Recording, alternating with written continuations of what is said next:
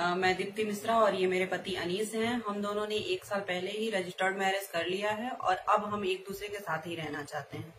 देश और दुनिया में हिंदू हृदय सम्राट के रूप में ख्यात योगी आदित्यनाथ के अपने जिले गोरखपुर यानी सीएम सिटी में एक हिंदू लड़के ने एक हिंदू लड़की से अपनी मर्जी से शादी कर ली। लड़का बालिग था, सरकारी नौकरी भी करता था, उसने अभी 2 बच्चे भी नहीं पैदा किए थे। उससे पहले ही योगी आदित्यनाथ के अपने ज़िले में हिंदुओं ने हत्या कर दी एक हिंदू लड़की से शादी करने के अपराध में। जी हाँ, मामला गगहा क्षेत्र गोरखपुर जिले के गगहा क्षेत्र का है, जहां धर्मसेन देवकली गांव है। धर्मसेन देवकली गांव के ननिल कुमार मिश्र की बेटी दीप्ति मिश्रा ने अनीस से शादी की थी। अनीस की जाति दलित है, यानी वह धोबी समाज से आता है। समाज का वह तबका जो सवर्णों का एक समय में या दूसरी जातियों के कपड़े धुआया करता था, उस परिवार से वह लड़का आता था और दोनों ही एक ही तरह की नौकरी करते थे। दोनों सेक्रेटरी की नौकरी करते थे। दोनों को यानी दलित लड़का अनीस कुमार और ब्राह्मण लड़की दीप्ति मिश्रा, दोनों का जो प्रेम है वह उस दौरान हो गया जब वह ट्रेनिंग ले रहे थे।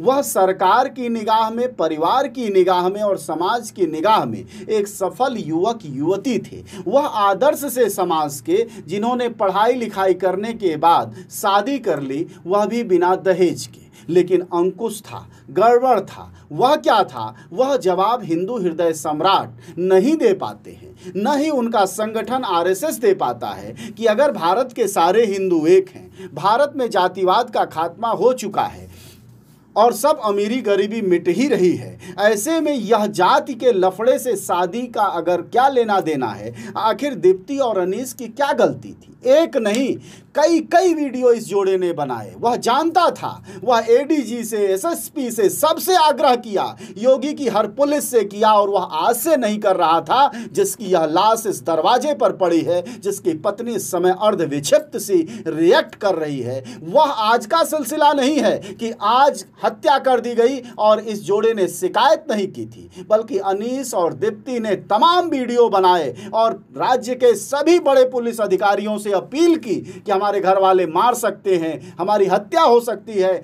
हमें बचाया जाए। और यही नहीं, उन्होंने कहा कि हमने अपनी मर्जी से शादी की है। एक वीडियो सुनिए। एडीजी महोदय, गोरखपुर जोन, गोरखपुर। मैं दीप्ति मिश्रा और ये मेरे पति अनीस हैं। हम दोनों ने 1 साल पहले ही रजिस्टर्ड मैरिज कर लिया है और अब हम एक दूसरे के साथ ही रहना चाहते हैं। महोदय, 1 साल के बीच में हमारे बीच में मतलब कुछ ऐसी दिक्कतें आ गई थी जिसकी वजह से हम लोग अलग हो गए थे, लेकिन अब हम लोग एक साथ रहना चाहते हैं। इसी वजह से एक साथ हम लोग आ गए हैं।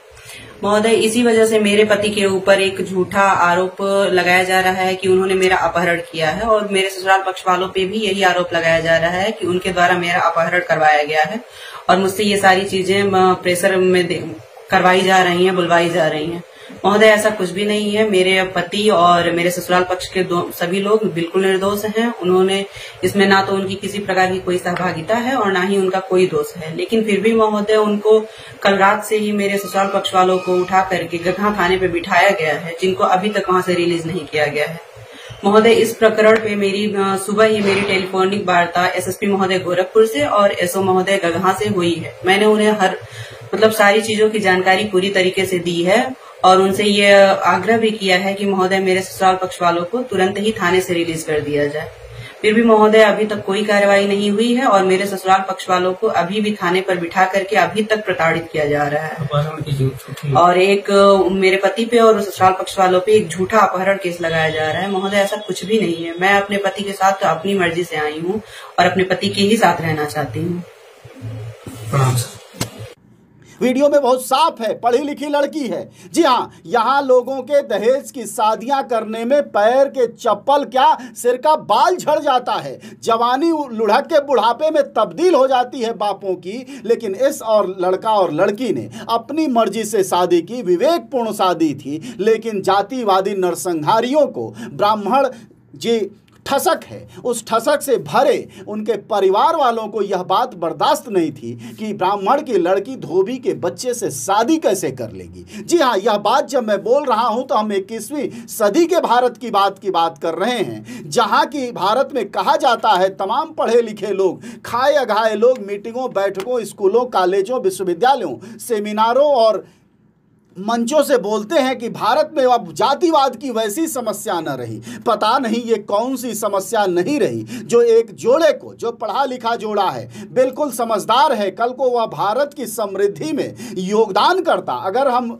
देखें तो योगी और मोदी की निगाह में यह आदर्श युवक और युवती थे जिन्होंने शादी की। लेकिन जी हाँ, उनकी पुलिस, यही योगी आदित्यनाथ की अपनी पुलिस, जहां गुंडागर्दी राज्य में खत्म हो चुकी है और पुलिस का राज कायम हो चुका है। अभी योगी जी ने 3 दिन पहले कहा था कि युवाओं बहकावे में ना आओ। योगी जी से मैं पूछना चाहता हूं कि यह अनीस किसके बहकावे में था? वह तो आपकी नौकरी करता था, वह आपके सरकार में सहयोग करता था, उसके बदले मेहनताना पाता था, और आज उसकी हत्या हो गई है तो कौन जिम्मेदार है? वह अपील जो दर्जनों बार इस जोड़े ने किया है, उसका पुलिस पर असर क्यों नहीं हुआ? उन जातिवादियों, उन ब्राह्मणों, उन बंदूकधारियों और उन गुंडों के आगे इस अपील का असर क्यों नहीं पड़ता है? वह बाल बराबर भी पुलिस वालों को ये गुंडे क्यों नहीं समझते हैं?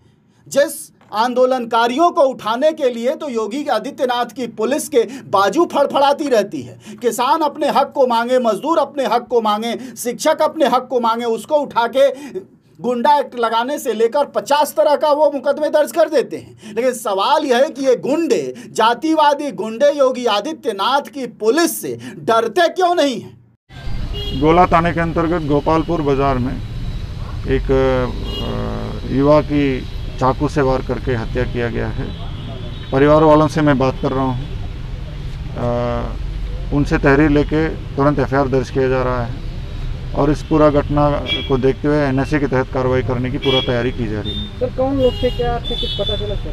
जो मृतक था उन्होंने प्यार विवाह किया है, लड़की के अपने मर्जी से शादी किया है, तो जो लड़की के घर वालों पे आरोप लगा रहे हैं। और आप देखिए क्या हुआ इस परिवार के साथ।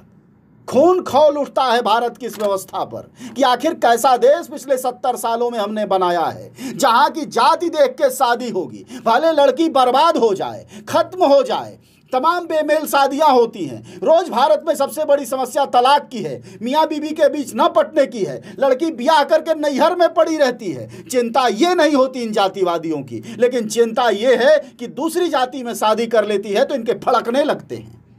क्या यह रोटी देंगे? क्या यह रोजगार देंगे? सब जातीय ठसक और सनकपन है। इन्हें उठा के जेलों और पागलखानों में डाल देना चाहिए। और एक अच्छा भारत बनाने के लिए जरूरी है कि जाति की यह जो दिमागी पागलपन है वह खत्म किया जाए। लेकिन योगी की पुलिस इसमें अक्षम दिखाई देती है। सिर्फ योगी भाषणों और मंचों पर बोल देते हैं कि हिंदू एक हैं। ये हिंदू अगर एक होते तो क्या यह दुर्गति थी? क्या यह कोई लव जिहाद था? लेकिन सवाल यह है कि प्रेम के अगर रक्षक होंगे तो सभी धर्मों में एक होंगे। अगर प्रेम का रक्षक शासक होगा तो वह सभी धर्मों की रक्षा करेगा। लेकिन हमारे योगी जी और इनके जो अनुयायी हैं वह बेचारे लव जिहाद और हिंदू मुसलमान में ही लगे रहते हैं। उन्हें कहाँ फुर्सत की वह सामाजिक जागरूकता फैलाएं और देश में कम से कम इन निःशंस हत्याओं से लोगों को उबारें। गोरखपुर में खड़ा हूँ। ये CM सिटी है और कल मुख्यमंत्री गोरखपुर में मौजूद थे और कल मुख्यमंत्री की मौजूदगी में गोरखपुर का थाना गोला है, गोपालपुर चौराहा है, वहाँ पर एक अनुसूचित जाति के दलित समाज के नौजवान जो ग्राम पंचायत अधिकारी भी थे, अनीस चौधरी उर्फ पिंटू चौधरी, जो अनुसूचित जाति का दलित समाज का नौजवान, जिसकी निर्मम हत्या दिन दहाड़े कर दी गई। सिर्फ इसलिए हत्या कर दिया गया कि अनीस चौधरी ने एक ब्राह्मण समाज की लड़की से प्रेम विवाह कर लिया था, जबकि लड़की और लड़का दोनों बालिग हैं और लड़की बार बार बयान दे रही है कि हमने शादी अपनी मर्जी से अनीस के साथ किया है, इसमें किसी भी तरह से मेरे साथ जबरदस्ती, जोर जबरदस्ती नहीं किया गया है और दोनों शादी करके एकदम प्यार से एक दूसरे के साथ अपने घर पे रह रहे थे और कल दिन दहाड़े हत्या कर दिया गया है। हत्या होने के लगभग 24 घंटे बीतने जा रहे हैं, एक भी अभियुक्त गिरफ्तार नहीं है। अम्बेडकर जनमोर्चा इस घटना का घोर निंदा करती है।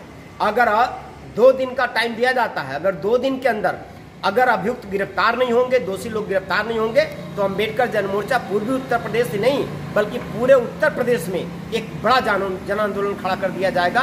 क्योंकि ये दलित समाज के ऊपर जो बार बार हमला हो रहा है योगी आदित्यनाथ जी की सरकार में, ये दलितों को बहुत बड़ा चुनौती दिया जा रहा है, दलितों को डराया जा रहा है, दलितों में दहशत का माहौल पैदा किया जा रहा है।